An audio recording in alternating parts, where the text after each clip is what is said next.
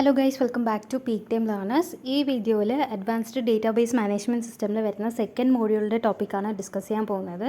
Second മോഡ്യൂളിൽ നമുക്ക് database design ആണ് വരുന്നത്. Database tables and normalization, need for normalization, the normalization process, inference rule for functional dependencies, minimal set of functional dependencies, conversion to first normal form, second normal form, third normal form, improving the design, surrogate key considerations, higher level normal forms, Boyce Codd normal form, fourth normal form, joint dependencies and fifth normal form, normalization and database design.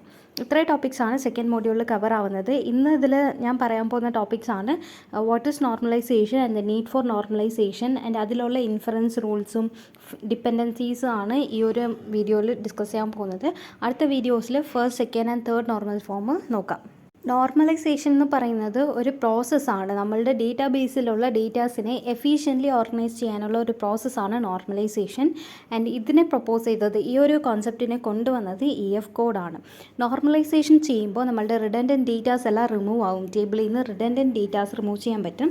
Redundant data meaning duplicate datas, അതൊക്കെ നമുക്ക് remove ചെയ്യാൻ പറ്റും. And storage efficient ആക്കാൻ പറ്റും. അതിൻ്റെ storage efficient ആക്കാൻ പറ്റും. പിന്നെ ഡേറ്റ ഇൻറ്റഗ്രിറ്റി ഉണ്ടാവും. ആൻഡ് സ്കെയിലബിൾ ആണ്. ഇതൊക്കെയാണ് നോർമലൈസേഷൻ യൂസ് ചെയ്താലുള്ള അഡ്വാൻറ്റേജസ്. ഇനി വൈ വി നീഡ് നോർമലൈസേഷൻ എന്ന് നോക്കാം. നോർമലൈസേഷൻ എന്ന് പറയുന്നത് ഒരു നോർമൽ റിലേഷനെ സ്റ്റാൻഡേർഡ് ഫോമിലോട്ട് കൺവേർട്ട് ചെയ്യുന്നതാണ് നോർമലൈസേഷൻ. ഇപ്പോൾ അൺനോർമലൈസ്ഡ് ആയിട്ടുള്ള ഒരു ടേബിൾ എടുക്കുകയാണെങ്കിൽ അതിലുള്ള പ്രോബ്ലംസ് ആണ് ഡേറ്റ റിഡൻഡൻസി കാണും. Data redundancy means duplicate values ഒക്കെ കാണും. പിന്നെ അപ്ഡേറ്റ് അനോമലീസ് കാണും, ഡെലീഷൻ അനോമലീസ്, ഇൻസേർഷൻ അനോമലീസ് ഒക്കെ കാണും. അപ്പോൾ ഫസ്റ്റ് ഡേറ്റ റിഡൻഡൻസി എന്താണെന്ന് നോക്കാം. ഒരു അൺനോർമലൈസ്ഡ് ടേബിൾ ഡിസൈൻ എടുക്കുമ്പോൾ അതിൽ റിപ്പീറ്റഡ് ആയിട്ട് ചില ഇൻഫർമേഷൻസ് സ്റ്റോർ ആയി കാണും. ഇതാണ് ഡേറ്റ റിഡൻഡൻസി. ഇപ്പോൾ ഈ ഒരു ടേബിൾ എടുക്കുകയാണെങ്കിൽ ഈ ടേബിളിൽ ബ്രാഞ്ച് CSE ഇത് ഫുൾ അങ്ങനെ റിപ്പീറ്റ് ആയിരിക്കുകയാണ്. പിന്നെ HODയുടെ പേരും ഓഫീസിൻ്റെ ടെലിഫോൺ നമ്പർ ഇതൊക്കെ റിപ്പീറ്റഡ് ആണ്. അപ്പോൾ ഇതാണ് റിഡൻഡൻസി. അപ്പോൾ ഈ ഒരു ടേബിൾ നോർമലൈസ്ഡ് ഫോമിലല്ല. ഇതിനെ നമ്മൾ മാറ്റി നോർമലൈസ്ഡ് ഫോമിലോട്ട് കൊണ്ടുവരണം. അപ്പോൾ ഇതിനെ നമ്മൾ നോർമൽ ഫോമിലോട്ട് കൊണ്ടുവരണമെങ്കിൽ ഇതിൽ റോൾ നമ്പർ, നെയിം അതൊക്കെ ഒരു ടേബിളിലും പിന്നെ ബ്രാഞ്ച്, HOD, ഓഫീസ് ടെലിഫോൺ അതൊക്കെ വേറൊരു ടേബിളിൽ വെച്ചിട്ട് ഇതിനെയും രണ്ട് ടേബിളിനെയും കണക്ട് ചെയ്യുന്ന രീതിയിൽ ഒരെണ്ണം കൂടി സെറ്റാക്കിയാൽ മതി. നമുക്ക് ഡേറ്റ റിഡൻഡൻസി മാറാം. അതൊക്കെ എങ്ങനെ ചെയ്യണമെന്ന് അടുത്ത വീഡിയോയിൽ നോക്കാം നോർമൽ ഫോംസിൽ. ഇപ്പോൾ just what is data redundancy എന്ന് മാത്രം നോക്കിയാൽ മതി.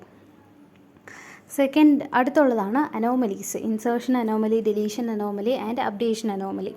അനോമലി എന്ന് പറയുന്നത് നമുക്ക് പുവർലി പ്ലാൻഡ് ഒരു ടേബിളിൽ അല്ലെങ്കിൽ അൺനോർമലൈസ്ഡ് ആയിട്ടുള്ള ഡേറ്റാബേസിൽ ഒക്കർ ആവുന്ന പ്രോബ്ലംസ് ആണ് അനോമലീസ്.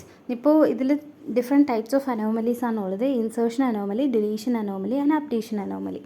ഇൻസേർഷൻ അനോമലി എന്ന് പറയുമ്പോൾ നമുക്ക് ചില ഇൻഫർമേഷൻസ് ഡേറ്റാബേസിലോട്ട് ഇൻസേർട്ട് ചെയ്യാൻ പറ്റത്തില്ല. ബിക്കോസ് അതിലാവശ്യമുള്ള ബാക്കി ആട്രിബ്യൂട്ട്സും കൂടി വേണം, എന്നാലേ നമുക്കതിനെ ഇൻസേർട്ട് ചെയ്യാൻ പറ്റത്തുള്ളൂ. അപ്പോൾ ഫുൾ ഡീറ്റെയിൽസ് ആവശ്യം വരും. അപ്പോൾ ഫുൾ ഡീറ്റെയിൽസ് ഇല്ലാതെ ഒരു പാർഷ്യലായിട്ടുള്ള ഇൻഫർമേഷൻസ് നമുക്ക് ടേബിളിൽ ഇൻസേർട്ട് ചെയ്യാൻ പറ്റത്തില്ല. അതാണ് insert anomaly. An insert anomaly occurs when certain attributes cannot be inserted into the database without the presence of other attributes.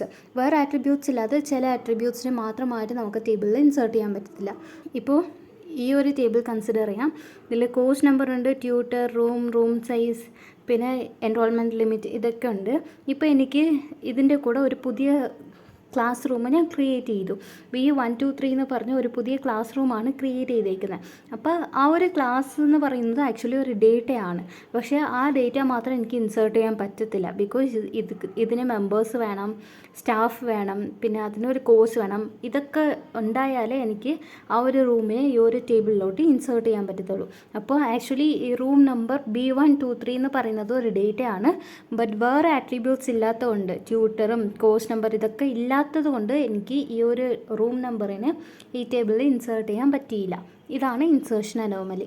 ഇനിയുള്ളതാണ് deletion anomaly. A delete anomaly exists when certain attributes are lost because of the deletion of other attributes.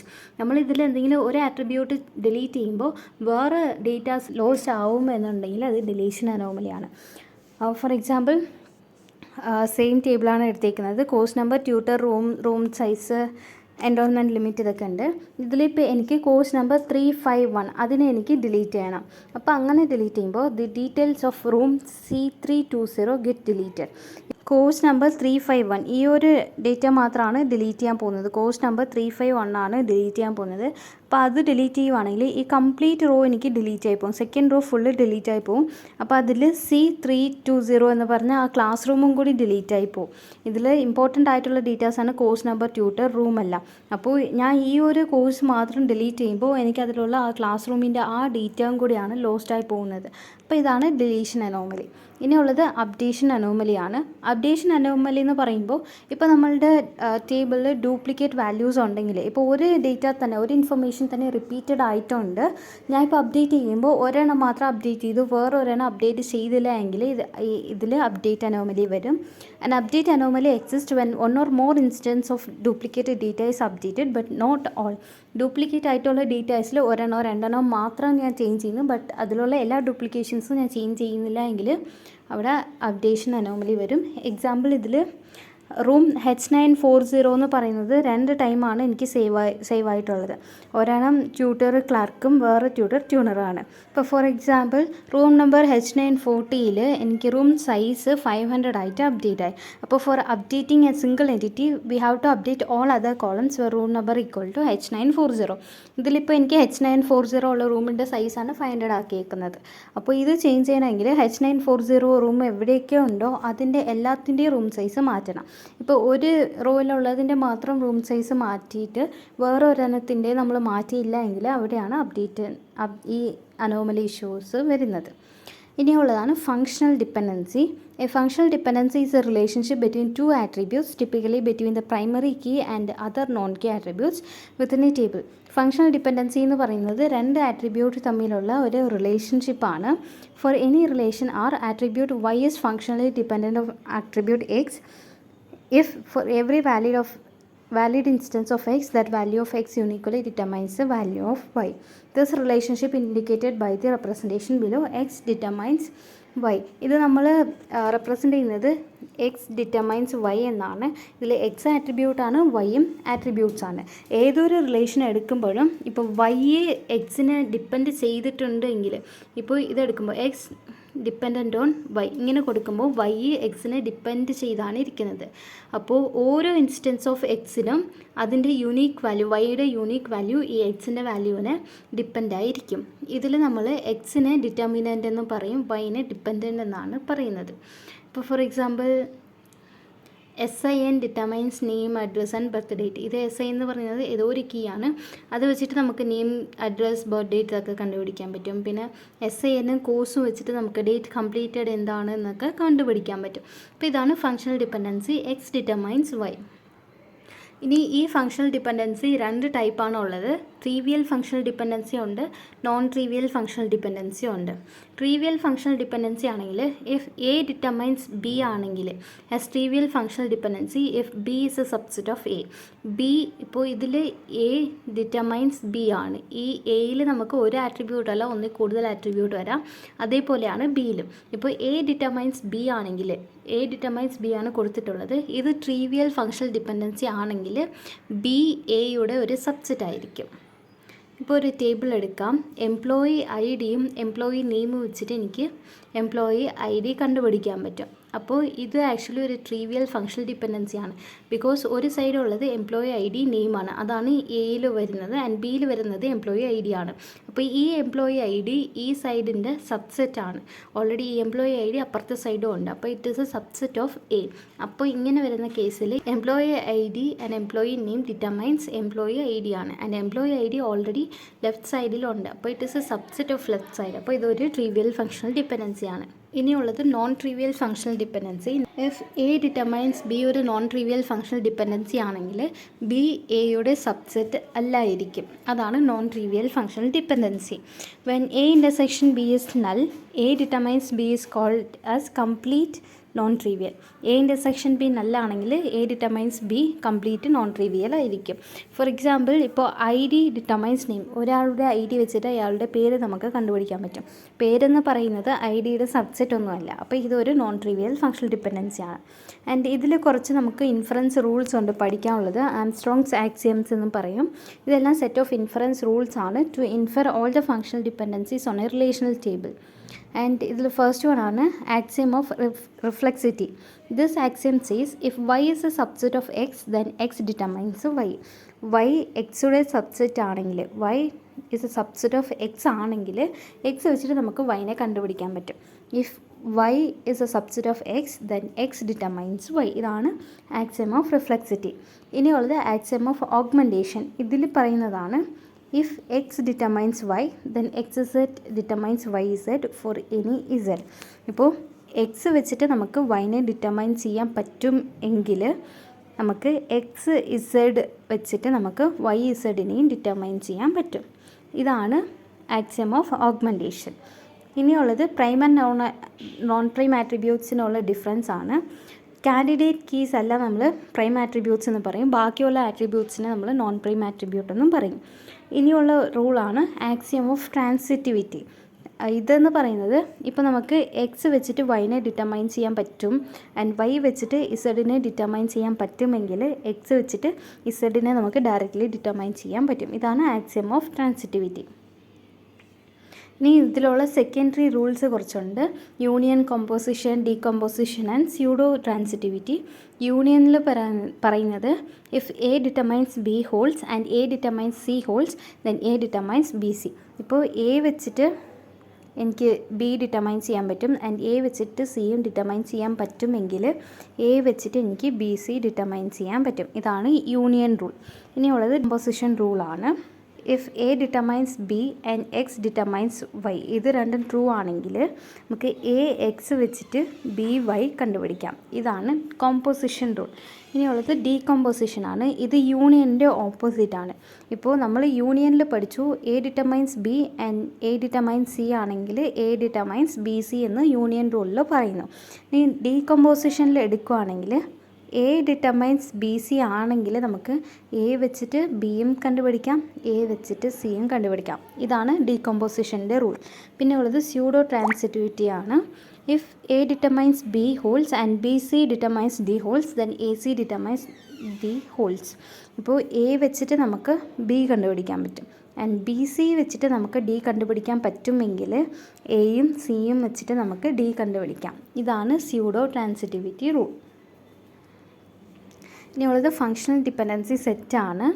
Functional dependency set or F D set of A relation is A set of all functional dependencies present in A relation.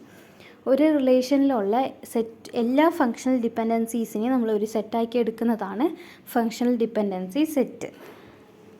ഇനി attribute closure ഉണ്ട്. Attribute closure of an attribute set can be defined A set of attributes which can be functionally determined from it. ഇതൊരു example വെച്ചിട്ട് പറയാം. ഇപ്പോൾ ഒരു relational സ്കീമുണ്ട്, റിലേഷനുണ്ട്, അതിൽ P Q R S T ഇതൊക്കെയാണ് ആട്രിബ്യൂട്ട്സ് ആയിട്ട് വരുന്നത്. ആൻഡ് ഇതിലുള്ള ഫങ്ഷണൽ ഡിപ്പെൻഡൻസീസ് ആണ് functional dependency equal to set of P determines Q R, R S determines T, Q determines S and T determines P. ഇപ്പോൾ നമുക്ക് ടിയുടെ ക്ലോഷറാണ് കണ്ടുപിടിക്കേണ്ടത്. അപ്പോൾ ടിയുടെ ക്ലോഷർ എടുക്കുമ്പോൾ നമ്മളിപ്പോൾ ഏത് ആട്രിബ്യൂട്ടിൻ്റെ ക്ലോഷർ എടുത്താലും ആ ആട്രിബ്യൂട്ട് ഫസ്റ്റ് അതിൽ വരും. അപ്പോൾ നമ്മൾ ടി എടുത്തു. ഇനി ഈ ഫങ്ഷണൽ ഡിപ്പെൻഡൻസി സെറ്റ് നോക്കുവാണെങ്കിൽ ടി വെച്ചിട്ട് നമുക്ക് പി കണ്ടുപിടിക്കാൻ പറ്റും. അപ്പോൾ പി നമുക്ക് ടി ക്ലോഷറിൽ വരും. ഇനി ആ പി വെച്ചിട്ട് നമുക്ക് ക്യൂവും ആറും കണ്ടുപിടിക്കാൻ പറ്റും. പി ഡിറ്റർമൈൻസ് ക്യു ആർ, അപ്പോൾ നമുക്ക് ക്യൂവും കണ്ടുപിടിക്കാം, ആറും കണ്ടുപിടിക്കാം. ഇനി ആറ് വെച്ചിട്ട് നമുക്ക് ടി കണ്ടുപിടിക്കാം എഗെയിൻ ആൻഡ് ക്യൂ വെച്ചിട്ട് നമുക്ക് എസ് കണ്ടുപിടിക്കാൻ പറ്റും. അപ്പോൾ ബാക്കി വേരിയബിൾസ് ഒന്നുമില്ല, ഈ ടേബിളിലുള്ള ആട്രിബ്യൂട്ട്സ് എല്ലാം എടുത്തു. P Q R S T ഇതെല്ലാം എടുത്തു. അപ്പോൾ ടി ക്ലോഷർ എന്ന് പറയുന്നത് T P Q R and S ആണ്. ഇങ്ങനെയാണ് ക്ലോഷർ കണ്ടുപിടിക്കേണ്ടത്. ഇപ്പോൾ ടി ക്ലോഷറാണ് കണ്ടുപിടിക്കേണ്ടതെങ്കിൽ ടി വെച്ചിട്ട് നമുക്ക് ഡിറ്റർമൈൻ ചെയ്യാൻ പറ്റുന്ന ആട്രിബ്യൂട്ട് ഏതാണ് എന്ന് നോക്കിയിട്ട് എഴുതണം. ആദ്യം ആ വേരിയബിൾ തന്നെ എടുത്തെഴുതണം, എന്നിട്ട് അത് വെച്ചിട്ട് ഡിറ്റർമൈൻ ചെയ്യാൻ പറ്റുന്ന വേരിയബിൾ ഏതാണോ അതെടുത്ത് എഴുതണം. നമ്മൾ എഴുതിയ വേരിയബിൾ വെച്ചിട്ട് കണ്ടുപിടിക്കാൻ പറ്റുന്ന വേറെ ഡിപ്പെൻഡൻസ് എന്തെങ്കിലും ഉണ്ടെങ്കിൽ അതിനെ എടുത്തെടുത്ത് ഇങ്ങനെ എഴുതി പോയാൽ മതി, നമുക്ക് കിട്ടും. ആൻഡ് ഇപ്പോൾ ഈ ടി ക്ലോഷർ എടുക്കുമ്പോൾ ഇതിൽ T P Q R S T ഇതിലുള്ള എല്ലാം തന്നെ വന്നു. അപ്പോൾ ഇതിന് നമുക്കൊരു സൂപ്പർ കീ എന്നും പറയാം. ദ നെക്സ്റ്റ് വൺ ആണ് minimal set of functional dependencies. ഇതെന്ന് പറയുന്നത് നമ്മളുടെ ഫങ്ഷണൽ ഡിപ്പെൻഡൻസിയിൽ തന്നെ മിനിമൽ സെറ്റ്, നമ്മളുടെ ഫങ്ഷണൽ ഡിപ്പെൻഡൻസി സെറ്റ് ആണല്ലോ, അതിൻ്റെ minimal set of functional dependency ആണ് minimal set of FD or canonical cover of functional dependencies എന്ന് പറയുന്നത്. ഇതിലിപ്പോൾ ഒരു എക്സാമ്പിൾ എടുക്കാം. എക്സാമ്പിൾ എടുക്കുമ്പോൾ ഈ ഫങ്ഷണൽ ഡിപ്പെൻഡൻസി സെറ്റിൽ A ഡിറ്റർമൈൻസ് BC ഉണ്ട്, B ഡിറ്റർമൈൻസ് C ഉണ്ട്, A determines B and AP determines C. ഇതിൽ ലെഫ്റ്റ് സൈഡ് സെയിം ആയിട്ടുള്ള വാല്യൂസ് ഏതൊക്കെയാണെന്ന് നോക്കാം. അപ്പോൾ ആദ്യം A ഡിറ്റർമൈൻസ് BC ഉണ്ട്, പിന്നെ അത് കഴിഞ്ഞിട്ട് A ഡിറ്റർമൈൻസ് B ഉണ്ട്. ഇതിൽ ലെഫ്റ്റ് സൈഡിൽ രണ്ടും A ആണ്. ഇനി റൈറ്റ് സൈഡ് എടുക്കുകയാണെങ്കിൽ ഫസ്റ്റ് ഇതിൽ A ഡിറ്റർമൈൻസ് BC ആണ്, സെക്കൻഡ് ഇതിൽ A ഡിറ്റർമൈൻസ് B ആണ്. അപ്പോൾ ഈ A determines B meaning A വെച്ചിട്ട് നമുക്ക് Bയും കണ്ടുപിടിക്കാം, A വെച്ചിട്ട് നമുക്ക് Cയും കണ്ടുപിടിക്കാം. അപ്പോൾ സെക്കൻഡ് ഉള്ള ഈ ഒരു സ്റ്റേറ്റ്മെൻറ്റ് ഇവിടെ അൺവാണ്ടഡ് ആണ്, ഈ ഒരു സ്റ്റേറ്റ്മെൻറ്റ് അൺവാണ്ടഡ് ആണ്. സോ നമുക്ക് ഈ ഒരു സ്റ്റേറ്റ്മെൻറ്റ് ഈ സെറ്റിൽ ആവശ്യമില്ല, അതിനെ നമുക്ക് റിമൂവ് ചെയ്യാം. അപ്പോൾ ഇതിൻ്റെ മിനിമൽ സെറ്റ് എന്ന് പറയുന്നത് A determines BC, B determines C and AB determines C. അപ്പോൾ ഇങ്ങനെയാണ് മിനിമൽ സെറ്റ് കണ്ടുപിടിക്കേണ്ടത്. നമ്മൾ പഠിച്ച ഡീകമ്പോസിഷൻ, യൂണിയൻ റൂൾസൊക്കെ വെച്ചിട്ടാണ് കണ്ടുപിടിക്കേണ്ടത്. നമ്മളൊരു minimal set of functional dependency കണ്ടുപിടിക്കുമ്പോൾ അതിൻ്റെ FDനെ അത് എഫക്റ്റ് ചെയ്യാൻ പാടില്ല, അങ്ങനെ വേണം നമ്മൾ കണ്ടുപിടിക്കാൻ. അതിൻ്റെ റൂൾസാണ് ഇവിടെ ഉള്ളത്. A canonical cover FC of a set of functional dependencies F such that all the following properties are satisfied. F logically implies all dependencies in FC. FC logically implies all dependencies in F. Each left side of a functional dependency in FC is unique. FC എന്ന് പറയുന്നത് canonical form ആണ്, ഒരു minimal set ആണ്, അതിലുള്ളതെല്ലാം unique ആയിരിക്കണം left സൈഡിലുള്ള elements. അപ്പോൾ ഇത്രയേ ഉള്ളൂ ഈ വീഡിയോ. ഹെൽപ്ഫുൾ ആണെങ്കിൽ ലൈക്ക് ചെയ്ത് ഫ്രണ്ട്സിനും കൂടി ഷെയർ ചെയ്ത് കൊടുക്കുക. അടുത്ത വീഡിയോയിൽ അടുത്തടുത്ത പോർഷൻസ് അപ്ലോഡ് ചെയ്യാം. ആൻഡ് ഫോർ 1 വീക്ക് നിയർലി ഒരു തേഴ്സ്ഡേ വരെയൊക്കെ നമ്മളുടെ ഈ ഒരു MCA ക്ലാസ്സസ് കാണത്തില്ല. ഇവിടെ ഇൻറ്റേർണൽ എക്സാംസ് ആണ് നടക്കുന്നത്. അത് കഴിയുമ്പോൾ ഇതിൻ്റെ ബാക്കി കണ്ടിന്യൂ ചെയ്യാം. Thank you.